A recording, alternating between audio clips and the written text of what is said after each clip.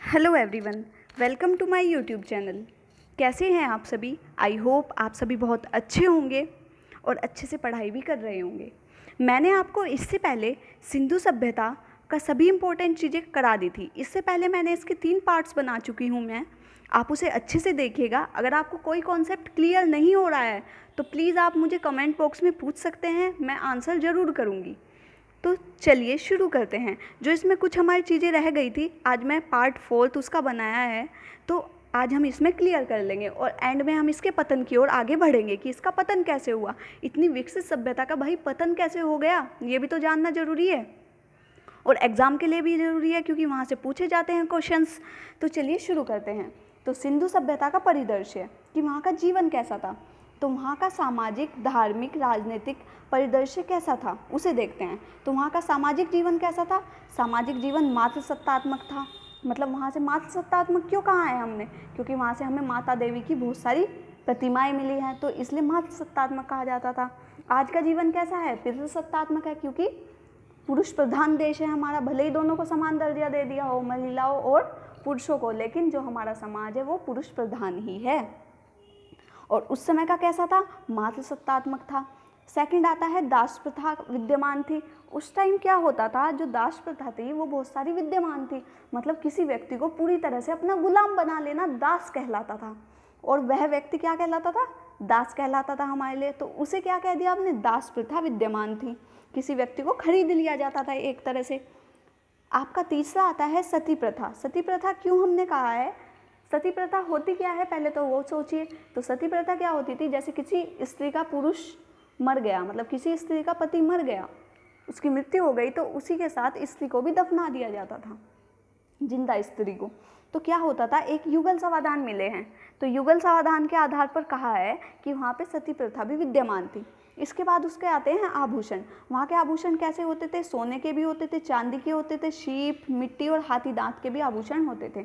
हाथी दांत की एक सुई मिली है जिसके आधार पर हमने हाथी दांत के आभूषण कहे हैं। उसके बाद होता है शाकाहारी व मांसाहारी दोनों। तो वहाँ के लोग कैसे थे? शाकाहारी भी थे और मांसाहारी दोनों थे वहाँ के लोग। उसके बाद होता है मनोरंजन के लिए। वो मनोरंजन के लिए क्या करते थे?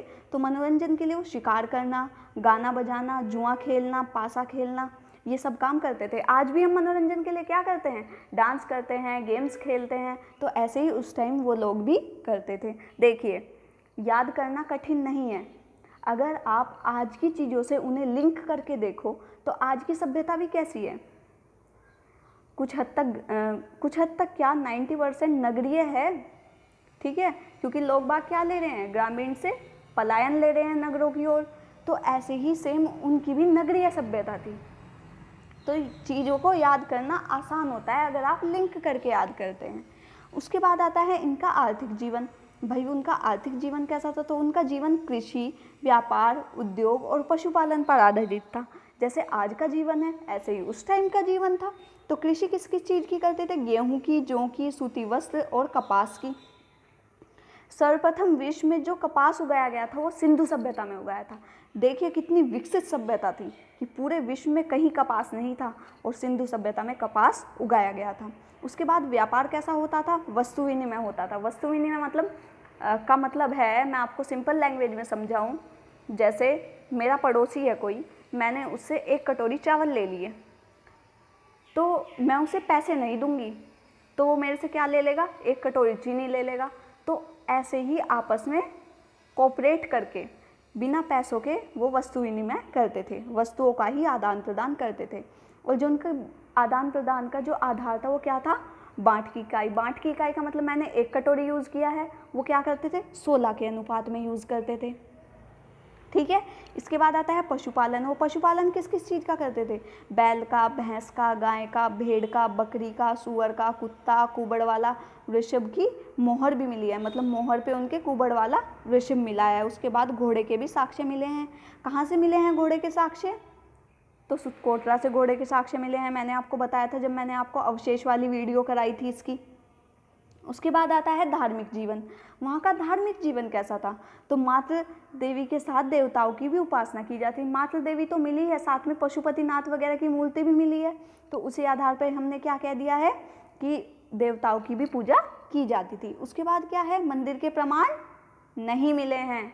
बार बार रिपीट कर रही हूँ, इससे पिछली वीडियो में मैंने बहुत जोर दे के कहा था कि मंदिर के प्रमाण नहीं मिले हैं, क्योंकि बच्चे क्या होते हैं, कंफ्यूज हो जाते हैं कि वहाँ पे भाई लिंग की भी पूजा हो रही है, शिवलिंग की पूजा हो रही है, वृक्ष की पूजा हो रही है, तो और प्रतिमाएं भी मिल रही हैं, पुजारी के अवशेष भी मिल रहे हैं, तो मंदिर भी होंगे, लेकिन मंदिर नहीं है। बलि प्रथा विद्यमान थी, पशुपतिनाथ इन सबको बलि चढ़ाई जाती थी। किसकी बलि? जीव जंतुओं की। उसके बाद आता है वृक्ष, लिंग पूजा और पशुपतिनाथ की उपासना की जाती थी। वृक्ष की पूजा आज भी करते हैं, पीपल की पूजा आज भी करते हैं, तो उस टाइम भी पीपल की पूजा की जाती थी। जादू टोना भूत प्रेत अंधविश्वास में विश्वास रखते थे वो। जैसे आज भी हम अंधविश्वास रखते हैं ना कि भाई बिल्ली ने रास्ता काट दिया हम नहीं जाएंगे, किसी ने छींक दिया हम नहीं जाएंगे, तो ऐसे ही वो लोग भी अंधविश्वास में विश्वास रखते थे।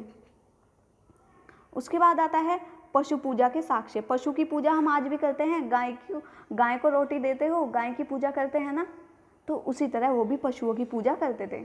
इसके बाद आता है एक सींग वाले जानवर की पूजा करते थे वो, कुबड़ वाले वृषभ, सांड की पूजा आज भी नंदी भगवान का वाहक कहा जाता है, तो आज भी हम उन्हें पूजते हैं। वो पवित्र पक्षी पाकता था, एक पाकता कैसा होता था, कबूतर की तरह होता था, ब्राउन से कलर का, तो ऐसे ही उस टाइम उस पक्षी की भी वो उपासना करते थे, पूजा करते थे। उसके बाद आता है अग्निकुंड के प्रमाण। अग्निकुंड के प्रमाण कहाँ से मिले हैं? लोथल से और कालीबंगा से। स्वास्तिक का चिन्ह भी मिला है, तो स्वास्तिक का चिन्ह उस टाइम से लेके आज तक हम अपने दरवाजों पर बनाते आए हैं, तो स्वास्तिक का चिन्ह उस टाइम से चला आ रहा है। उसके बाद आता है शवाधान। शवाधान क्या होता है? कब्रों में दफनाना। उस टाइम क्या होता था, आज क्या होता है, हिंदू धर्म में जो शव होता है उसे जलाया जाता है और मुस्लिम धर्म में दफनाया जाता है, तो लेकिन उस टाइम क्या होता था, कब्रों में सिर्फ दफनाया ही जाता था। इसके बाद नेक्स्ट आपका आता है कि सिंधु सभ्यता का शिल्प व उद्योग। उनके उद्योग धंधे क्या क्या थे?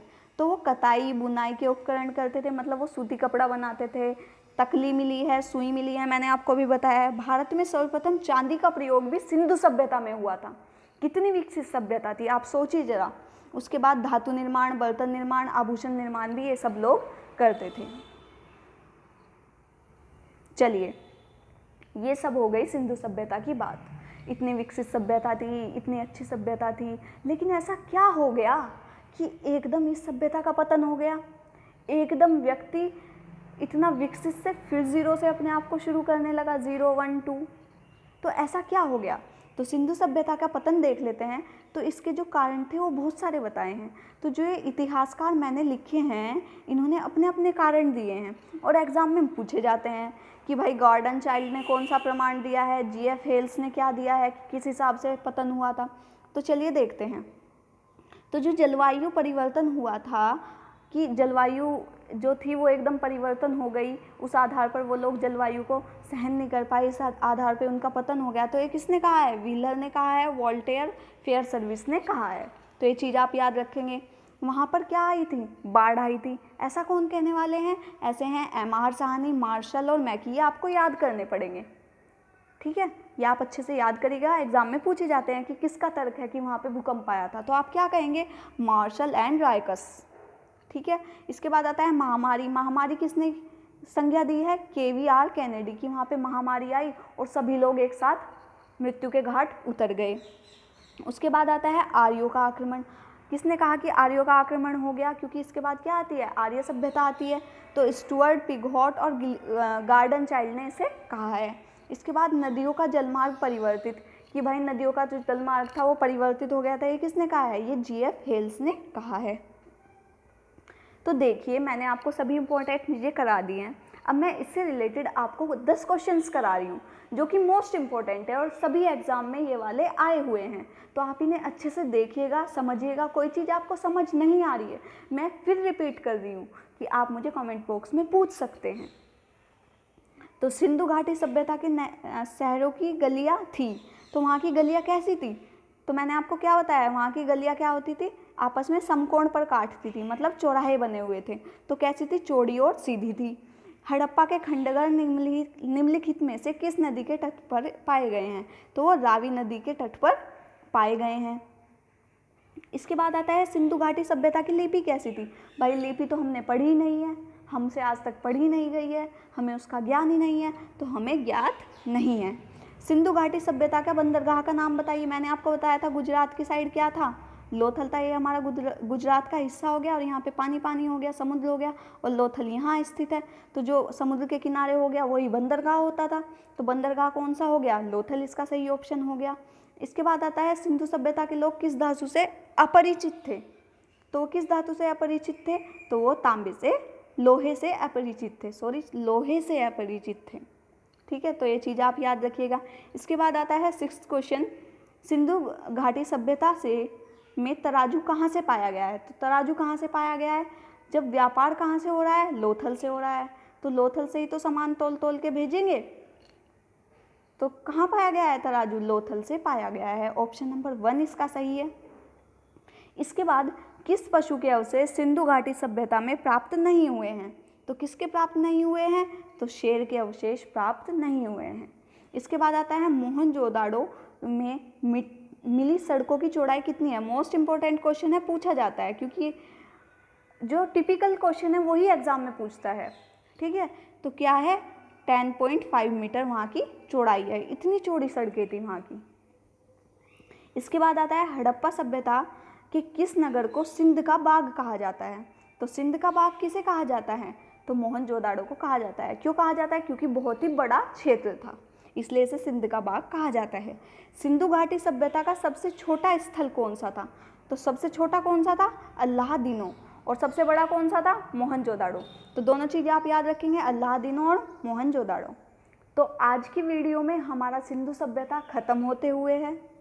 ठीक है, आप इसे अच्छे से याद रखिएगा, चीज़ों को रिवाइज कीजिएगा, ज़्यादा से ज़्यादा क्वेश्चन अटेम्प्ट कीजिएगा, और हो सके तो कुछ ऐसी चीज़ें लाइएगा, ऐसी चीज़ें याद कीजिएगा जो कंपटीशन के बेस पे इम्पोर्टेंट है। फालतू चीज़ें याद करने से कोई आपको फल नहीं मिलने वाला है। तो क्या कीजिए? स्मार्ट नॉलेज कीजिए, स्मार्ट स्टडी कीजिए। ठीक है, और सब मैंने यहाँ पे सारी वीडियोज़ में सभी इम्पोर्टेंट चीज़ें लिखवाई है, बकवास कुछ नहीं है। आप सभी अच्छे से पढ़िएगा। अगली वीडियो में हमारा सिलेबस के अकॉर्डिंग नेक्स्ट चैप्टर स्टार्ट करेंगे हम, उसका थोड़ा ओवरव्यू देखेंगे, उसे भी अच्छे से धीरे धीरे कुछ पार्ट्स में डिवाइड करके हम पढ़ेंगे। तो चलिए आज की वीडियो में अच्छा इतना ही। Thank you so much.